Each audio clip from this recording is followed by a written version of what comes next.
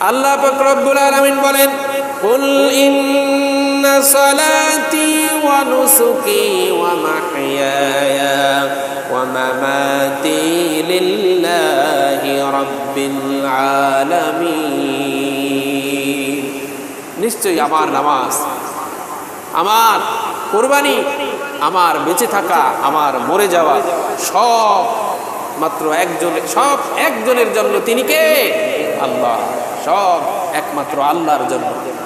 কথা বুঝতে পেরেছেন? তো আমাদের সব সময় আল্লাহর সময়, সব সময় আমরা ইবাদত করব কার? আল্লাহ। মে দিবসের পরে আর একটা দিবস আছে এই মাসে, বিশ্ব মা দিবস পালন করে, আছে না নাই? আপনারা জানেন বিশ্ব মা দিবস। কথা বুঝতে পেরেছেন? এই দিবস পালন করে আমাদের দেশেও আছে। হয়তো আপনারা গ্রামগঞ্জের লোক, আপনারা অনেকেই জানেন না, কিন্তু এই দিবসটার নাম বিশ্বে প্রচলিত আছে, বিশ্ব মা দিবস। কবে উদযাপিত হয়? এই মে মাসের দ্বিতীয় সপ্তাহে বিশ্ব মা দিবস উদযাপিত হয়। পশ্চিমাদের ধারণা হলো কে মা আর কে বাবা, সারা বছর কোনো খবর নেওয়ার সুযোগ নেই। ছেলে ছেলের কাজ করে, মেয়ে মেয়ের কাজ করে। মা বাবা যখন বুড়ো হয়ে যায় তখন তাদেরকে একটা আলাদা জায়গায় রেখে দিয়ে আসে, বৃদ্ধাশ্রমে। আছে না নাই? মায়ের খেদমত করার জন্য ছেলের সুযোগ হয় না, বাবার খেদমত করার সুযোগ ছেলের হয় না। কথা বুঝতে পেরেছেন? এজন্য তাদেরকে দিয়ে আসে একটা বৃদ্ধাশ্রমে। আমাদের দেশে এই আশ্রমগুলো চালু হয়েছে। কথা বুঝতে পেরেছেন? হয়তো আমরা সাধারণ মানুষ, গ্রামগঞ্জের লোক, আমরা এই বৃদ্ধাশ্রমগুলো দেখি না, কিন্তু শহরে প্রতিষ্ঠিত হয়ে গেছে বৃদ্ধাশ্রমগুলো। তাদেরকে সেবা শুশ্রূষা করার জন্য, বৃদ্ধ লোকদের জন্য একটা আশ্রম বানিয়েছে। সেখানে তদারকি করার জন্য লোক আছে, তারা দেখাশোনা করে। কিন্তু তার আপন সন্তান, গর্ভে ধারা সন্তান, ঔরসজাত সন্তান, তার খোঁজ খবর নেওয়ার সময় তাদের নেই। কথা বুঝতে পেরেছেন? দিন দিন যেন এই বৃদ্ধাশ্রমগুলো বাড়ছে, দিন দিন যেন মানুষ বেহায়াপনা হয়ে যাচ্ছে, দিন দিন যেন মানুষ উন্মাদ হয়ে যাচ্ছে। কে বাবা আর কে মা খবর নেওয়ার সুযোগ নাই। কথা বুঝতে পেরেছেন? হঠাৎ পত্রিকার পাতায় এই মা দিবসটা দেখে আমার খুব খারাপ লাগলো। মা বাবাকে দেখতে হলে, মা বাবার অধিকার রক্ষা করতে হলে তা কি দিবস করে অধিকার রক্ষা করতে হবে বলেন? হযরতে লোকমান আলাইহিস সালাতু ওয়াস সালাম তার সন্তানকে পরিচয় করায় দেন, বাবা আল্লাহর সাথে কাউকে শরীক করবে না, নামাজ আদায় করবে, নামাজ কায়েম করবে, আল্লাহর সাথে কাউকে শরীক করবে না। কে বলছে? লোকমান আলাইহিস সালাতু ওয়াস সালাম তার সন্তানকে পরিচয় করিয়ে দিচ্ছেন যে আল্লাহ একজন আছে, তার সাথে শরীক করো না, নামাজ কায়েম করো। কথা বুঝতে পেরেছেন? আল্লাহর অধিকার খর্ব করো না। একথা যখন বলছে তখন সাথে সাথেই আল্লাহ পাক রব্বুল আলামিন লোকমান আলাইহিস সালাতু ওয়াস সালামের আলোচনাটাকে স্টপ করে দিয়ে সাথে সাথে আল্লাহ পাক রব্বুল আলামিন বলছেন, কি বলছেন? ওয়াকাদা রাব্বুকা আল্লা তা'বুদু ইল্লা ইয়্যাহু ওয়া বিল ওয়ালিদাইনি ইহসানা। আমি আল্লাহ পাক রব্বুল আলামিন কি করছেন? ওয়াজ করছেন। কাকে? লোকমান আলাইহিস সালামকে, যে তুমি আমার পরিচয় করাই দিয়েছো সন্তানকে, এখন আমার দায়িত্ব হচ্ছে আমি আল্লাহ। তুমি যে বাপ, তোমার বাপ হিসাবে তোমাকে তোমার ছেলের কাছে আমি পরিচয় করাই দিই। কথা বুঝতে পেরেছেন? আল্লাহ পাক রব্বুল আলামিন বলছেন, তোমার প্রতিপালকের নির্দেশ দিয়েছেন কি নির্দেশ দিয়েছেন? আল্লাহর ইবাদত করার পরে আল্লাহ পাক রব্বুল আলামিন হুকুম করতেছেন তোমরা তোমার মা বাবার ইহসান করবে। কথা বুঝতেছেন? উপদেশ দিয়ে দিয়েছেন কি? আল্লাহ ছাড়া কারো ইবাদত করো না, পিতামাতার সাথে সদ্ব্যবহার করো। কার কথা? আল্লাহর কথা। وَقَضَى رَبُّكَ أَلَّا تَعْبُدُوا إِلَّا إِيَّاهُ وَبِالْوَالِدَيْنِ إِحْسَانًا। রবের ইবাদত করো আর মাতা পিতার ইহসান করো।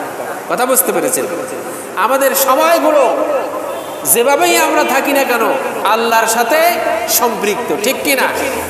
এক মুহূর্তের জন্য যদি আল্লাহ থেকে আপনি মুখ ফিরিয়ে নেন আপনার ঈমান থাকবে না। শয়নে স্বপনে জাগরণে ঘুম অবস্থায় সব সময় আল্লাহকে স্মরণ করতে হবে। এরপরে আল্লাহ পরিচয় করাই দিচ্ছেন যে লোকমান, তোমার আলোচনায় আমি খুব খুশি হয়েছি। তুমি যে আমাকে আলোচনা করে তোমার সন্তানকে আমার পরিচয়টা শিখাই দিলা, কিন্তু এখন আমার দায়িত্ব হচ্ছে কার কথা? আল্লাহর কথা।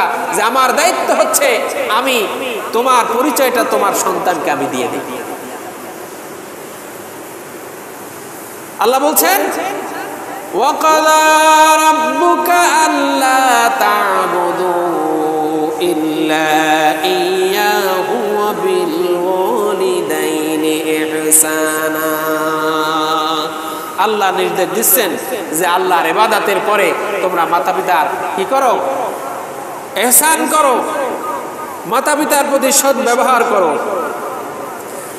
আল্লাহ পাক রব্বুল আলামিন বলছেন ইম্মা ইয়াবলুগান্না ইনদাকাল কিবারা আহাদুহুমা আও কিলাহুমা ফালা তাকুল লাহুমা উফফিন ওয়ালা তানহারহুমা ওয়া কুল লাহুমা কাওলান কারীমা।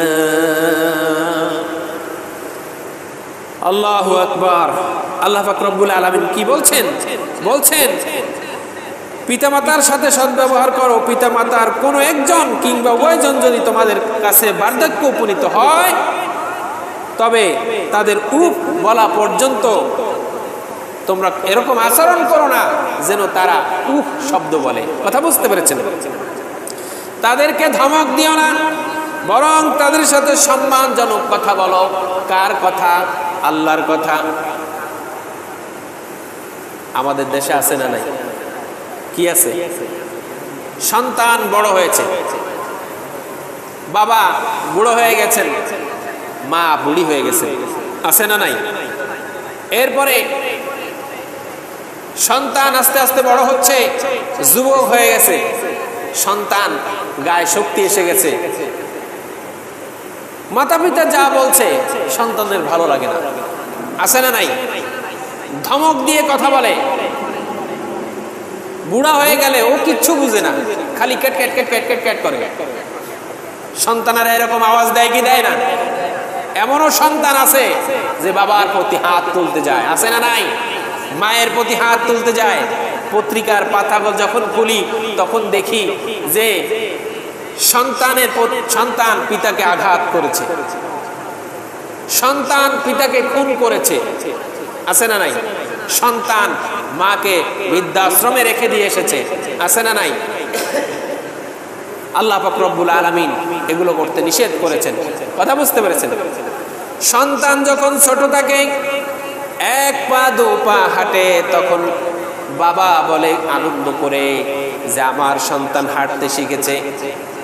বাবা আনন্দ পায় মনের মধ্যে যে বাবা ছোট বাচ্চা আমার কথা বলতে শিখেছে। যখন একটা জিজ্ঞেস করে যে বাবা ওই জিনিসটার নাম কি, বাবা বলে গরু।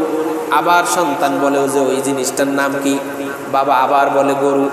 আবার যখন জিজ্ঞেস করে যে ওই জিনিসটার নাম কি, বাবা আবার তাকে পরিচয় করায় দেয় যে ওটা গরু। বাবা কিন্তু রাগ করে না, আছে না নাই? যতবার বাবার কাছে বলে ততবার বাবা তাকে পরিচয় করায় দেয়। এরকম আছে না নাই? বাবা কি রাগ করে? করে না। কারণ কি? মনে আনন্দ লাগে যে আমার বাচ্চা কথা বলতে শিখেছে। কিন্তু বাবা যখন বুড়া হয়ে যায়, মা যখন বুড়ি হয়ে যায়, মনে থাকে না, জেন শক্তি ঢিল হয়ে যায়। এখন খাইছে, কতক্ষণ পরে বলতে পারে না যে কি খেয়েছে, আছে না নাই। এখন উজু করেছে, একটু পরে মনে নাই, মসজিদের মধ্যে ঢুকে মনে করতে পারছেন না যে তার উজু আছে না নাই, আবার উজু করতে দৌড় দেয়। ঠিক কিনা? এরকম মানুষ আছে না? এখানে যারা আছেন এদের মধ্যে হয় না? হয়। এরকম অবস্থা যখন হয়ে যায়, তখন ছেলে বড় হয়ে গেলে, ছেলে বলে বুইড়া হয়ে গেছে, কিচ্ছু বুঝে না। এক সময় বুঝ ছিল বলেই, ওই বুইড়ার বুঝ ছিল বলেই তো সন্তান হয়েছে। ঠিক কিনা? বুঝ যদি না থাকতো সন্তান হইতো না। কিন্তু আজকে ছেলে বড় হয়েছে, বলতেছে কিচ্ছু বুঝে না। একটা কথা একবার জিজ্ঞেস করে, ছেলে উত্তর দিয়েছে, দ্বিতীয়বার আবার যখন জিজ্ঞেস করে মা অথবা বাবা, তখন চিৎকার দিয়ে বলে যে এইটা এরকম হবে বলছি না, এত চিল্লাও কা। আছে না নাই? এরকম সন্তানের আওয়াজ করে কি করে না? আল্লাহ পাক তাদেরকে হুঁশিয়ার করে দিয়ে বলছেন যে সময়টা তোমার নয়, সময়টা আমার। আমি আল্লাহ পাক রব্বুল আলামিন তোমাকে সময় দিয়েছি, এই সময়টার মধ্যে আমার ইবাদত করবে, আর আমার ইবাদত করার পরে তুমি তোমার মা বাবার ইহসান করবে, মাতা পিতার ইহসান করবে। আল্লাহু আকবার। কেন ইহসান করবে? কি জন্য ইহসান করবে? আল্লাহ পাক রব্বুল আলামিন বলছেন, ওয়া ওয়াসাইনাল ইনসানা বিওয়ালিদাইহি হামালাতুহু উম্মুহু ওয়াহানান আলা ওয়াহনিন ওয়া ফিসালুহু ফি আমাইনি আনিশকুর লি ওয়া লিওয়ালিদাইকা ইলাইয়াল মাসির। কার কথা? আল্লাহর কথা। আল্লাহ পাক রব্বুল আলামিন বলছেন, কেন তুমি তো মাতা পিতার ইহসান করবে? আমি মানুষকে তার পিতা মাতার সম্পর্কে নির্দেশ দিয়েছি, কেননা তার মা কষ্টের পর কষ্ট করে কি করেছে? ওয়াহানান আলা ওয়াহনিন, কষ্টের পরে কষ্ট সহ্য করে তাকে কি করেছে? গর্ভধারণ করেছে। কথা বুঝতে পেরেছেন? কষ্টের পরে কষ্ট সহ্য করে গর্ভধারণ করেছে। কিরকম কষ্ট? আল্লাহু আকবার। যখন সন্তান গর্ভে সঞ্চার হয়, পেটের মধ্যে, রেহেমের মধ্যে, ইনসেন্টিভ কেয়ার ইউনিটের মধ্যে যখন সন্তান পদার্পণ করে, সবে মাত্র সূচনা হয়, তখন মায়ের শরীরটা কি হয়ে যায়? এলোমেলো হয়ে যায়, খাবার খেতে পারে না, বমি বমি ভাব এসে যায়। এরপরে শরীরের মধ্যে একটা জ্বালা যন্ত্রণার সৃষ্টি হয়ে যায়। এরপরে আস্তে আস্তে সন্তান পেটের মধ্যে বড় হতে থাকে, হাঁটু দিয়ে লাথি মারে, হাঁটু দিয়ে গুতা দেয়, পা দিয়ে গুটা দেয়, উঠে শান্তি পায় না, বসে শান্তি পায় না, দাঁড়িয়ে শান্তি পায় না, রাতের বেলা ঘুম হারাম হয়ে যায়, ঘুমোতে পারে না। আছে না নাই? 10 মাস 10 দিন গর্ভধারণ করে, পেটের মধ্যে একটা জীবিত মানুষের পেটের মধ্যে আর একটা জীবিত মানুষ নিয়ে 9 মাস পর্যন্ত মা কি করে? চলাফেরা করে। আছে না নাই? হয় কি হয় না? এরকম কষ্ট সহ্য করে মা কি করে? বাচ্চা প্রসব করে। বাচ্চা যখন প্রসব করলো, আল্লাহ পাক রব্বুল আলামিন এই প্রসব যন্ত্রণাটা কিরকম দিয়েছেন? ওয়াহানান আলা ওয়াহনিন, কষ্টের পরের কষ্ট। একটা কষ্ট হচ্ছে গর্ভধারণের কষ্ট, আর একটা কষ্ট হচ্ছে মা যখন বাচ্চা প্রসব করে তখন একটা কষ্ট। কিরকম কষ্টটা হচ্ছে? এরকম যে আপনার আমার শরীরের একটা হাড্ডি যদি ভেঙে যায়, এরকম আর কিরকম কষ্ট লাগে? কথা বলেন, কিরকম কষ্ট লাগে? অনেক কষ্ট লাগে। কিন্তু ব্যাখ্যা এসেছে এরকম যে কোনো মানুষের শরীরের 20টা হাড্ডি যদি একসাথে ভেঙে যায়, যেরকম কষ্ট অনুভব হয়, মায়ের গর্ভের যেই প্রসাব করে, এই প্রসাব করার কষ্টটা তার চাইতেও বেশি হয়ে যায়।